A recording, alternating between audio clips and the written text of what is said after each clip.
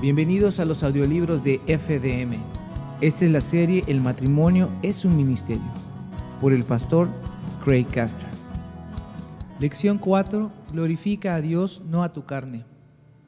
Algunas veces cruzamos la línea entre el amor y la buena voluntad.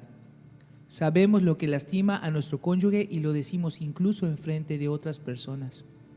Sea lo que sea, Dios dice que es pecado y debemos dejar de hacerlo. 6. El amor no es grosero ni hace nada indebido. Definición de términos. Grosero significa caracterizado por rudeza, duro, severo, feo, indecente, ofensivo en su comportamiento o acción. Esto puede incluir avergonzar o degradar a su cónyuge a propósito en frente de otros, incluyendo sus hijos, o usar bromas groseras y sarcasmo hacia la otra persona. A mí me encanta bromear y en mi casa bromeamos mucho, pero hay un punto en el que se cruza la línea. Cuando esto ocurre, un comentario amable de la persona herida debe de ser suficiente para expresar una disculpa y detener ese comportamiento. Todos sabemos cuándo y en qué área se cruza el límite del amor y la buena voluntad. Algunas veces sabemos lo que lastima a nuestro cónyuge y aún así lo decimos, a veces hasta en frente de otras personas. Las bromas groseras son un pecado y debemos evitarlas. Muchas veces, cuando las parejas vienen a mí para recibir consejería matrimonial, este tema es discutido. Hay muchas cosas que el esposo o la esposa hacen o dice una y otra a través de un periodo de muchos años y usan la excusa de que están bromeando. Dios dice que es bueno bromear, pero no hay que ser groseros. Durante una sesión de consejería, una esposa le dijo a su esposo: "Eres un bebé, por eso te trato como a un niño". Lo dijo frente a mí y aún se preguntan por qué su matrimonio se encuentra estancado y en problemas. Debemos llamar esto pecado y pedirle perdón a Dios. Cambia mi corazón y quita este mal hábito de mi vida. Esposos y esposas debemos aprender algo que es muy importante: cómo expresar la bendición en la vida del otro. Por ejemplo, esposos, dígale a su esposa: "Eres una excelente mamá. Amo la manera en la que le muestras afecto a nuestros hijos. Eres hermosa. La casa se ve muy bien". Y esposas, ustedes hagan lo mismo por sus esposos. Dígale: "Eres mi hombre, mi amante. Nuestros hijos te admiran. Eres un buen proveedor". Use palabras que bendigan, que hablen verdad y que los aliente el uno al otro. Una de las lecciones más grandes que he aprendido es agradecer a Dios por mi esposa cuando estamos orando juntos. Le doy gracias a Dios por las buenas cosas que ella hace, porque sé que es el fruto del Espíritu de Dios en mi esposa. Hombres, comiencen a hacer esto y serán bendecidos. Efesios 4, versículo 29 nos da una guía.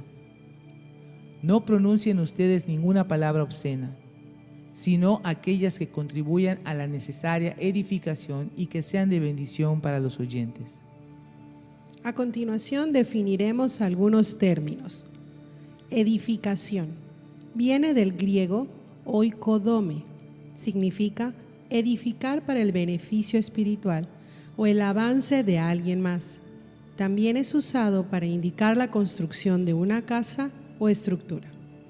Es importante saber que hay ocasiones en las que debemos hacer restricciones y, por ejemplo, decir: "No pronuncien ninguna palabra obscena". ¿Por qué? Porque no edifica, sino que desanima. Califica como grosero, duro, cruel y es lo opuesto a edificar. Debemos pensar continuamente: ¿mis siguientes palabras van a edificar a mi cónyuge? ¿Guiar a mi cónyuge a Cristo es impartir la gracia de Dios a sus oídos? Eso es amor. Cada uno de nosotros, dentro de nuestros matrimonios, vamos a cometer errores y vamos a pecar unos contra otros. Cuando lo hacemos, debemos pedir perdón y cubrir ese pecado con amor. Es triste que muchos cónyuges hablan mal o critican las fallas de su cónyuge y nunca le piden perdón. El amor busca cubrir los defectos de los demás, pero no los ignora. A continuación, profundizaremos en la palabra en un estudio extenso. Vaya a su libro de trabajo y escriba sus pensamientos e ideas. ¿Cómo piensa que el siguiente pasaje se relaciona con este tema? Medite en ello. Proverbios 17:9. El que perdona el pecado busca afecto. El que lo divulga aleja al amigo. Cubrir significa poner una tapa, ocultar algo. ¿Por qué querríamos hacer eso? Porque amar a nuestro cónyuge busca lo mejor para esa persona.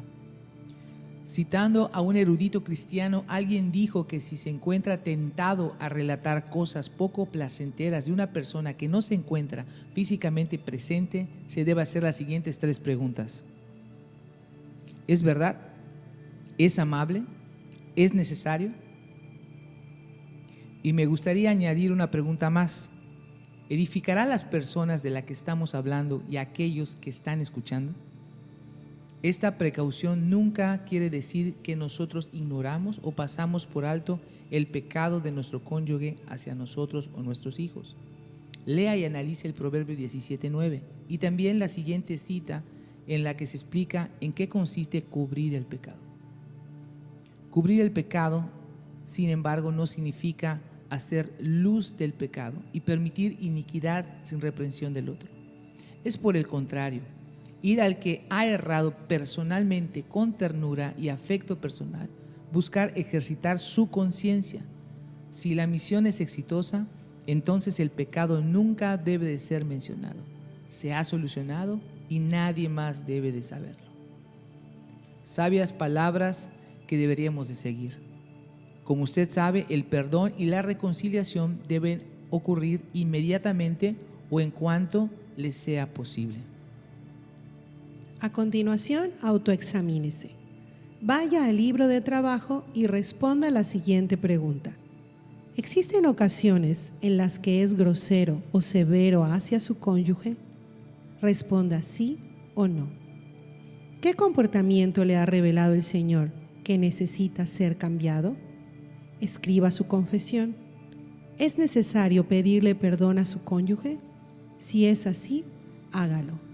Registre sus respuestas en el libro de trabajo. 7. El amor no es egoísta, no busca lo suyo. Definición de términos. Buscar lo suyo es una persona que busca lo que mejor se acomoda a sus propios intereses, sin preocupación alguna de cómo sus acciones pueden afectar a otros. Esta persona no está dispuesta a recibir consejo, lo cual incluye la instrucción desde la perspectiva de Dios o de su cónyuge. No nos damos cuenta de lo egoístas que somos hasta después de casarnos. Adaptarse a compartir una vida con alguien más es esencial. Surgirán situaciones que requerirán compromiso y cambios de parte de cada uno.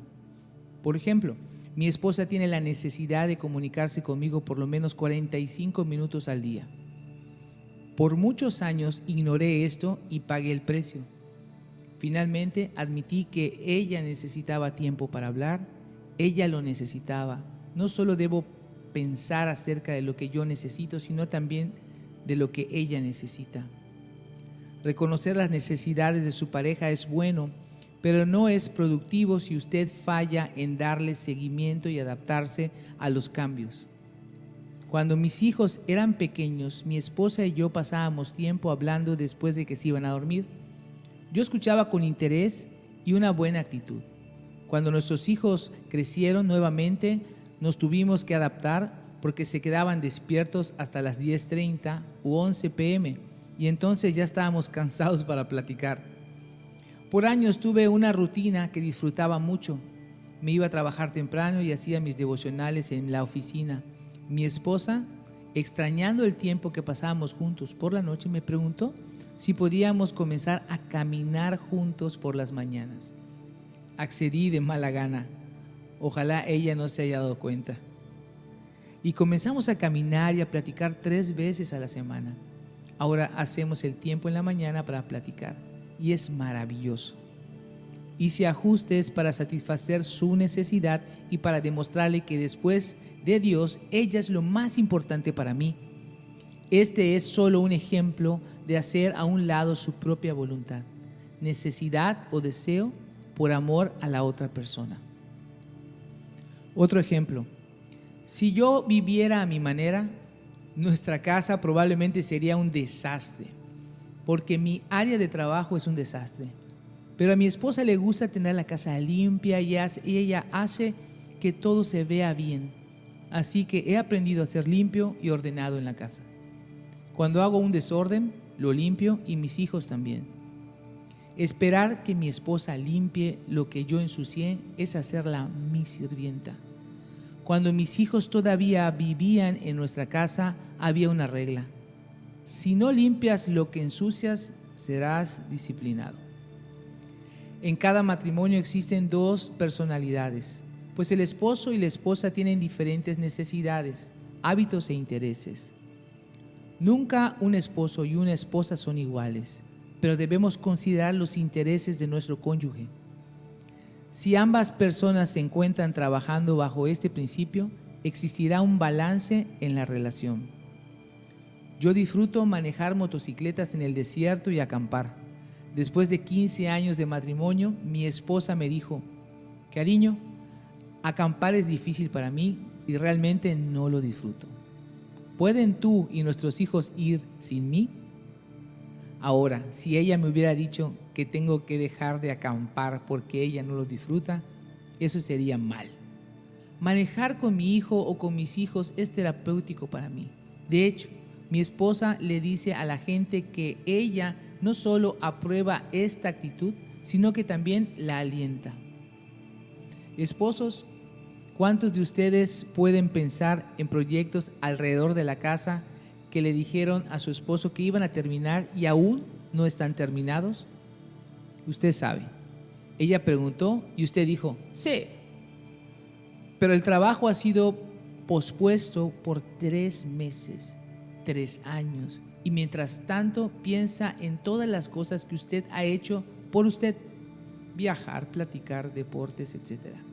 Ella está observando. Usted tiene la motivación de hacer las cosas que disfruta, pero cuando ella le pide algo de su tiempo, nunca se lo cede.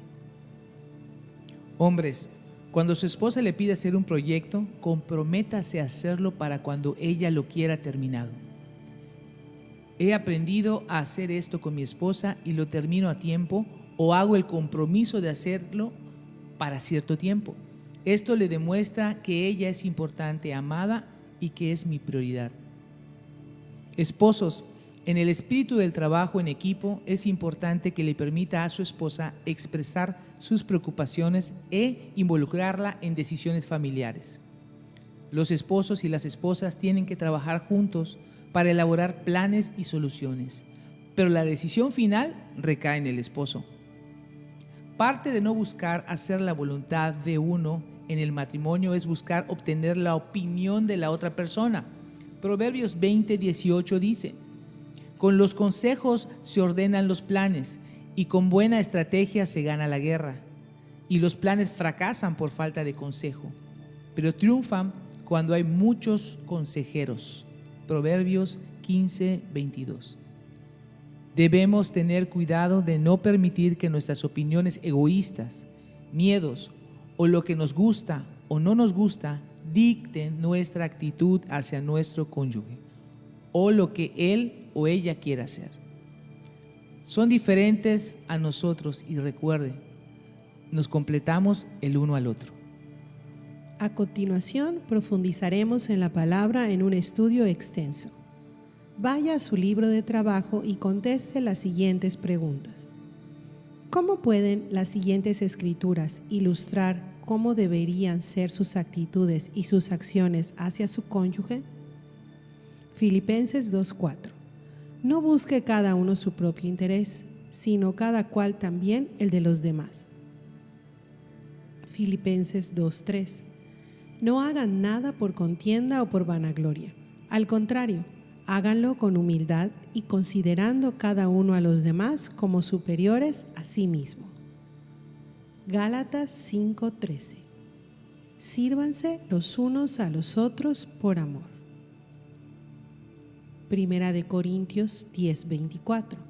Ninguno debe buscar su propio bien, sino el bien del otro. A continuación, autoexamínese. Responda la pregunta en su libro de trabajo. ¿Ha buscado hacer su propia voluntad en su casa? ¿Sí o no? Si usted ha respondido sí, escriba su compromiso para cambiar, pidiéndole a Dios por la fuerza para seguir adelante. ¿Debe pedirle perdón a su cónyuge? Si es así, hágalo. 8. El amor no es rencoroso, no toma en cuenta el mal. Definición de términos: no toma en cuenta el mal recibido, viene del griego logizomai. Es usado como un término de justificación, es decir, para poner las cosas en la mente de uno, contar o añadir, ocuparse realizando cálculos. Dice la palabra de Dios en 1 Corintios 13:5. No hace nada impropio, no es egoísta ni se irrita, no es rencoroso. ¿Cómo podemos hacer algo impropio? Teniendo malos pensamientos, recordando errores del pasado, manteniendo la cuenta de las fallas de nuestro cónyuge y luego recordándole sus errores cuando tenemos la oportunidad. Recuerde, como creyentes somos transformados a la imagen de Jesucristo y se nos es dicho que tenemos la mente de Cristo en nosotros después de recibirlo como nuestro Señor y Salvador. 1 Corintios 2:16. Salmo 139, versículos 17 y 18.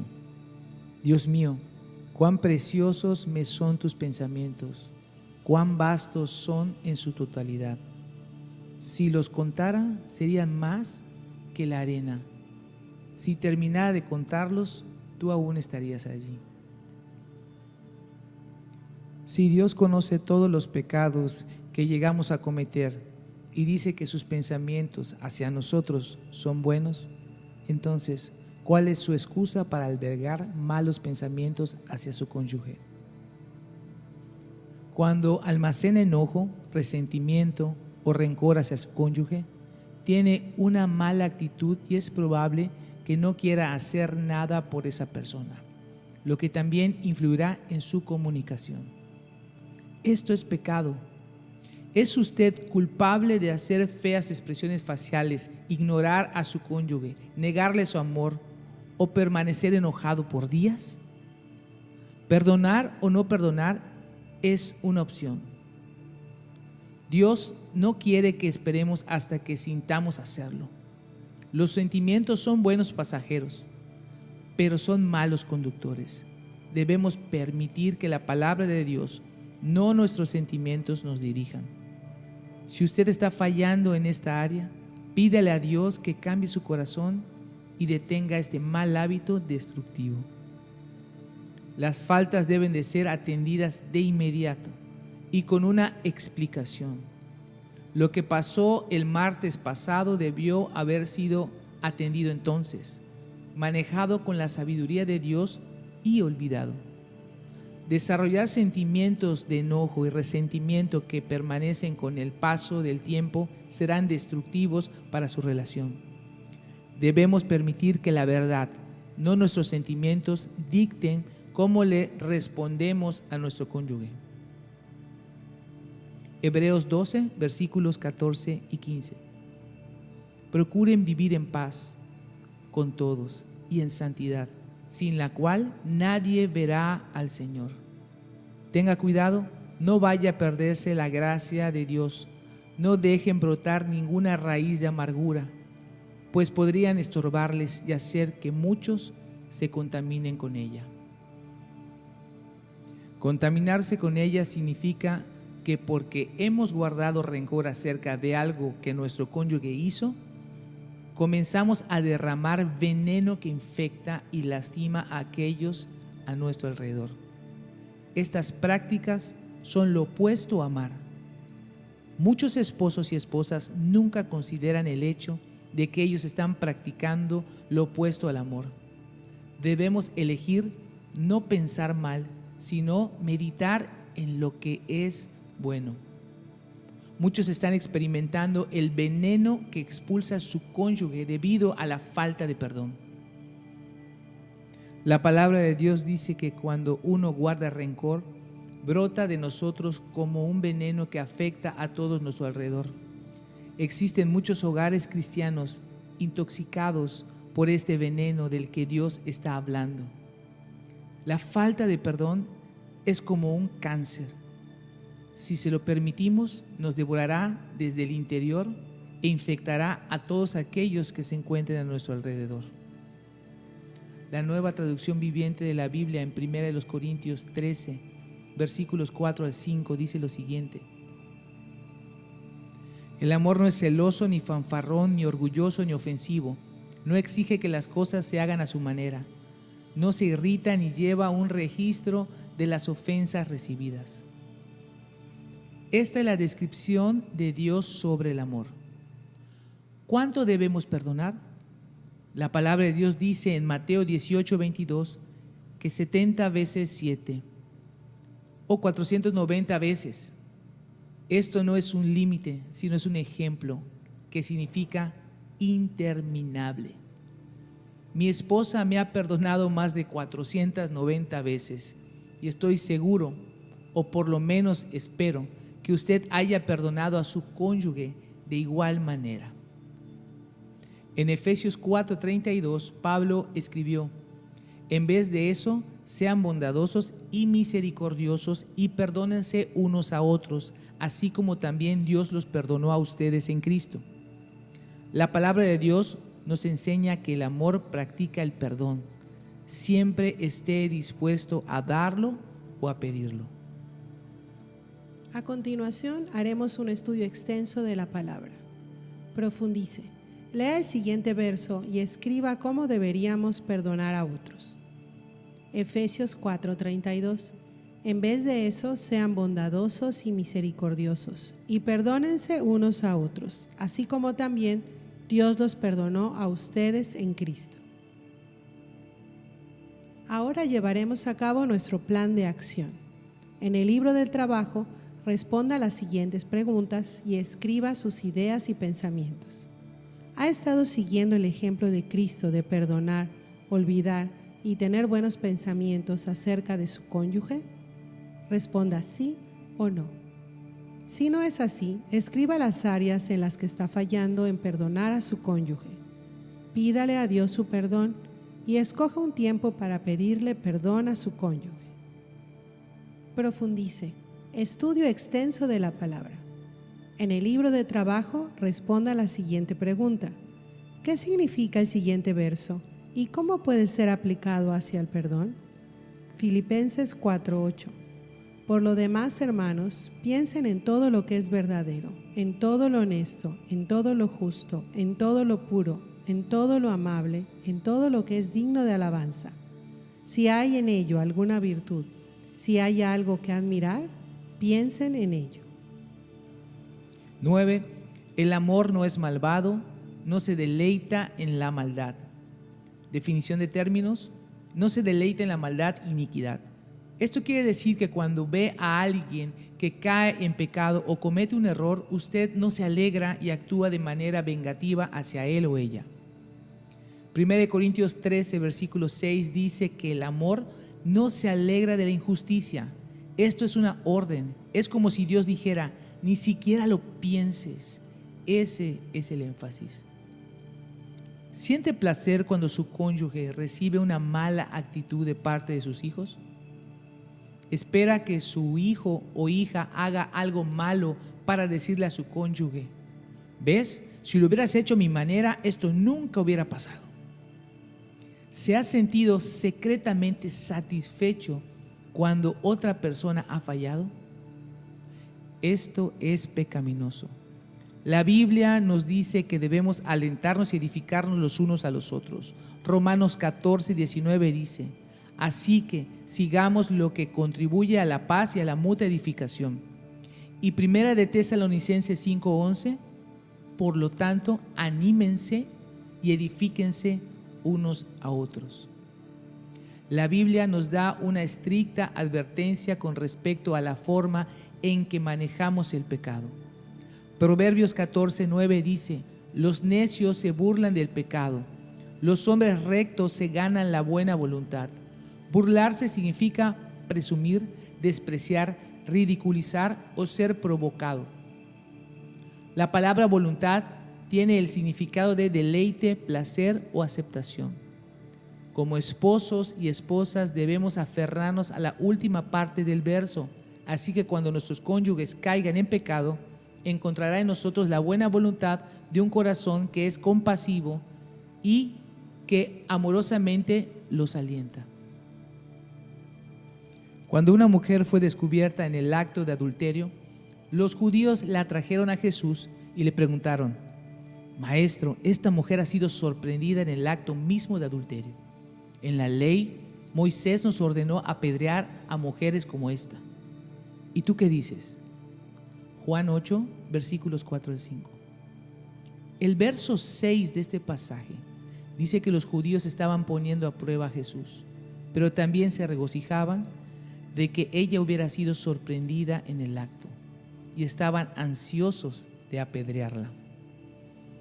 Hay ocasiones en que los esposos y las esposas actúan de manera pecaminosa, quizás mintiendo, enojándose y gritando o llena el espacio en blanco. ¿Cuál debería ser nuestra respuesta? Jesús nos responde esto en el verso 7. Aquel de ustedes que esté sin pecado, que le arroje la primera piedra. Jesús entonces comenzó a escribir en el suelo y se cree que estaba señalando los pecados de los acusadores. Uno por uno comenzaron a irse, porque sus corazones fueron condenados. Luego Jesús le habló directamente a la mujer diciéndole que no le condenaba y que esa era su oportunidad para irse y no volver a pecar, como dice el verso 11. Cada esposo y esposa serán testigos de sus cónyuges fallándose unos a otros. Cuando vemos esto, debemos ejercitar el autocontrol. Proverbios 24, versículo 17 dice: no te alegres cuando caiga tu enemigo, que no se alegre tu corazón cuando él tropiece. Dado que no hemos de alegrarnos cuando cae nuestro enemigo, ¿cuánto más no deberíamos hacerlo cuando nuestro cónyuge es quien cae? Enfrentémoslo. En nuestra fallida naturaleza existe una pequeña parte que a veces se deleita cuando alguien sufre debido a sus decisiones insensatas. De hecho, todo lo que tenemos que hacer es encender la televisión y ver en el reality show más popular cómo la gente se burla, o al menos está sintiendo entretenidos por las tonterías de otros. Pues esas personas, madre, padre, hijo, hija, amigo, se merecían lo que les tocó. Cuando esta actitud se cuela en nuestras casas, tiene efectos devastadores sobre nuestro cónyuge e hijos. Esposos y esposas, ustedes quizás verán a sus cónyuges fallar en ciertas áreas constantemente. Como padres también tenemos que lidiar con la ignorancia de nuestros hijos diariamente. La pregunta es, ¿cómo vamos a representar a Dios a través de estos tiempos? Realmente, para enfocarnos en nosotros mismos debería de ser: ¿cómo queremos que Dios nos trate cuando fallamos en glorificarlo o al no hacer las cosas a su manera? Cuando lee la historia del hijo pródigo en Lucas 15, versículos 11 al 32, usted recibe un vistazo al corazón de un padre hacia un hijo que cae en pecado, lo cual es una ilustración del corazón de nuestro Padre Celestial. Cuando su hijo finalmente tomó la decisión de regresar a la casa, la Biblia dice: y así se levantó y regresó con su padre. Todavía estaba lejos cuando su padre lo vio y tuvo compasión de él. Corrió entonces, se echó sobre su cuello y lo besó. Versículo 20. No existía ninguna superioridad moral sobre el fracaso de su hijo. en lugar de eso, recibió a su hijo con los brazos abiertos y lo besó. Muchos cónyuges aún deben desarrollar este tipo de compasión.